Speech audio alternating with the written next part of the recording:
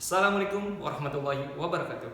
Pagi anak-anak, hari ini Bapak akan menjelaskan bab dinamika rotasi dan kesetimbangan. Sebelum kita ke kesetimbangan, kita akan mempelajari dinamika rotasi. Nah, di belakang ini Bapak udah menuliskan nih dinamika rotasi.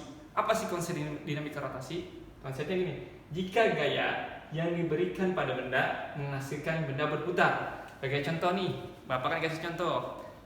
Ada sebuah logam atau sebuah batang. Jika ini porosnya, Bapak berikan gaya dari atas, maka benda tersebut akan berputar. Nah, kalau digambarkan seperti ini anak-anak, ya. Ini sebuah logam nih atau sebuah batang yang ini porosnya. Ini porosnya ya. Ini poros sebagai porosnya.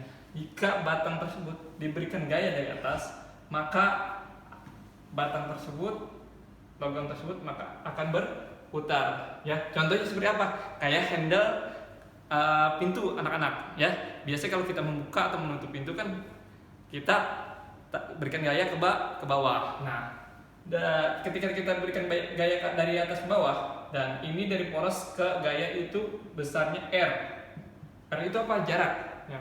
Maka kalau kita simpulkan dalam perumusan, ini momen gaya ya. Momen gaya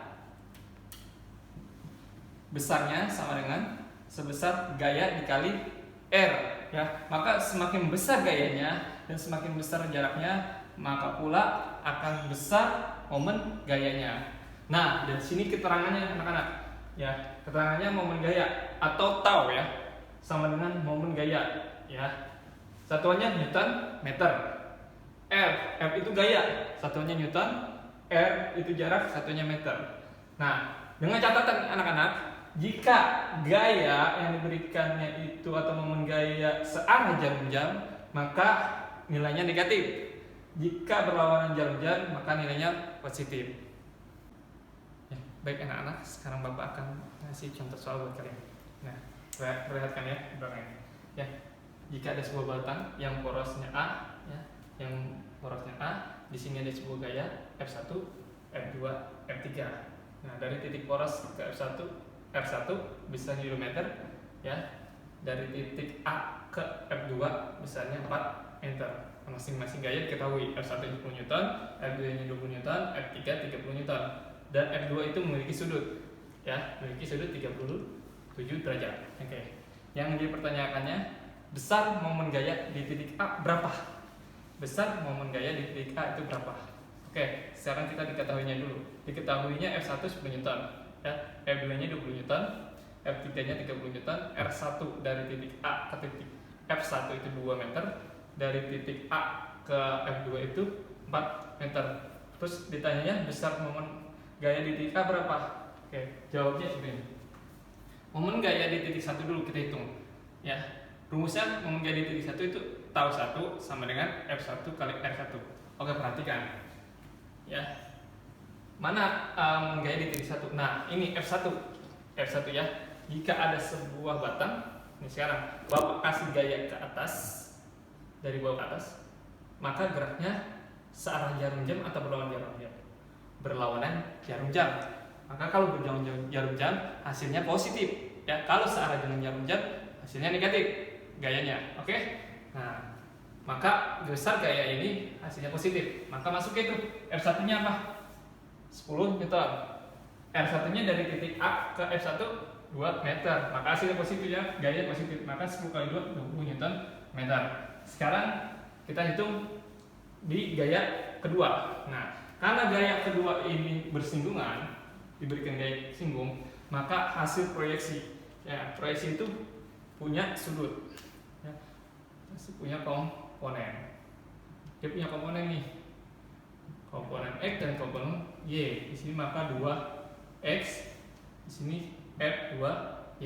Perhatikan dulu, jika batang berporos A, jika dikasih gaya nih dari F2X, karena Bapak kasih gaya ya ke sini, berubah nggak gayanya? Berubah nggak jaraknya? Tidak kan? Diam kan? Maka F2X sama dengan 0 ya. F2X sama dengan 0. Yang ada berarti F2Y. Maka kita menghitung momen gaya 2Y sekarang yang di titik ini ya, di titik ini. momen gaya 2Y sama dengan F2Y dikali R2Y. Ya, R2. Ya, sama dengan F2 sin 37. Ingat, F ke arah Y itu, sumbu Y itu sin, ya, ke arah sumbu F itu cos biasanya. Ya, ini cos. Ya, karena yang arah cos tadi tidak berpengaruh oleh jaraknya, maka hasil 0, maka yang kita hitung karena arah F2Y. Maka besarnya sin theta dikali R2. Masukin tuh F-nya berapa? F2-nya 20 Newton. Sin 37 berapa besarnya? 0,6 ya. Dikali R2-nya berapa? R2-nya tadi dari titik A ke titik F2. Nah, mana nih? 4 meter. Nah, kan tinggal dikali aja. Nah, sekarang pertanyaannya, kenapa negatif di sini? Karena perhatikan teman-teman. Jika batang Bapak kasih seperti ini poros, ya, Bapak kasih gaya kemarin F2Y, arahnya searah jarum jam, maka F-nya negatif. Ya. Min 20 dikali 0,6 dikali 4. Ini dicoret aja, biar mudah. Ya, maka 2 min 2 kali 6 berapa? Min 12 kali 4 min 48 Newton meter. Nah, sekarang F momen gaya di titik 3. Ya, makanya sini momen gaya 3 ya, momen gaya di titik 3 nih, gaya ketiga. Nah, jika Bapak kasih contoh tadi batang seperti ini poros A, Bapak kasih gaya di sini ya, berubah nggak? Ada jaraknya nggak? Tidak ada jaraknya ya, maka jaraknya 0. F gayanya berapa? F 3 nya tadi, F 3 nya sama dengan 30, tinggal kali aja 30 kali 0 Newton meter. Nah, sekarang jumlahkan semuanya, jadi sigma momen gaya A sama dengan momen gaya titik 1 ditambah momen gaya 2 tambah momen gaya 3 sama dengan momen gaya 1 nya berapa? 20 ya. Terus momen gaya titik 2 berapa? Min 48. Jadi positif berubah jadi negatif ya, ditambah 0, maka 20 dikurang 48 hasilnya min 28 Newton meter. Ya, seperti ini contohnya anak-anak. Anak-anak, Bapak kasih contoh yang kedua. Belakang Bapak di sini ada batang panjang homogen. Ya, dimana batang homogen ini ada 3 gaya, F1 di titik A, F2 di titik C, F3 di titik D. Ya, masing-masing punya jarak dari A ke B 1 meter, B ke C 2 meter, C ke D 3 meter. Ya, seperti itu. Diketahuinya F1-nya 20 meter, 20 Newton, maaf, 20 Newton, F2-nya 50 Newton, F3-nya 30 Newton. Ya, dari jarak dari R ke AB, RAB 1 meter, RAC 3 meter, RAD 6 meter, RBC 2 meter, RBD 5 meter. Ya, 5 meter dari mana? RBD ya, 2 tambah 3, 5 meter. RCD dari sini ke sini 3 meter. Oke, ditanyanya tentukan torsi atau momen gaya di titik A, B, C, dan D pada batang homogen AD berikut. Oke, jawab. Pertama kita hitung momen gaya di titik A. Ya, momen gaya di titik A ini sebagai poros. Jadi ini kita tutup. Yang ada tinggal F2 sama F3 yang berpengaruh. Ya, sekarang nih, perhatikan. Tadi kan gaya itu besar vektor, maka punya arah dan nilai. Sekarang Bapak tanya, jika tadi A ini sebagai poros, gaya F2 diberikan ke bawah, maka arahnya searah dengan jarum jam, maka di sini nilainya negatif, min F2 ya, min F2. Jaraknya dari mana? Karena F2 dari A ke C, karena dari titik pusat kita ngitungnya A ke C, maka 1 tambah 2 ya, RAC. Terus jika, nah sekarang kayak hitung yang F3 ya, tadi F2 udah ya, F3 nya ya, jika kita kasih gaya juga F3 ini, misalnya F3 ya, gayanya ke bawah, maka arahnya searah jarum jam, maka arahnya juga searah jarum jam, misalnya negatif, maka bisa kita tulis ini min F2 dikali RAC dikurang, nah kurang ini kan tadi F3 nya kan searah dengan jarum jam negatif, maka min F3 dikali RAD, kan kita hitung dari porosnya A ke D ya. Nah, maka min 50, F2 nya bisa 50 ya. Terus RAC nya berapa tadi? RAC nya 3 meter, terus dikurang 30 dikali 6 sama dengan min 330 Newton meter. Ya, sekarang momen di titik B. Sekarang ini nih yang tetap, ini yang nggak bergerak nih. Misalkan ini nggak bergerak. Ya, ini sebagai poros ya. Sekarang di titik sini. Ya, sekarang kita tutup di sini. Yang ada apa? F1, F2, F3. Nah, ini tetap nih ya. Ini kita tutup di titik B. Sekarang kita tentukan besarnya F1 ini positif atau negatif. Nah, ini kan tetapnya tadi nih.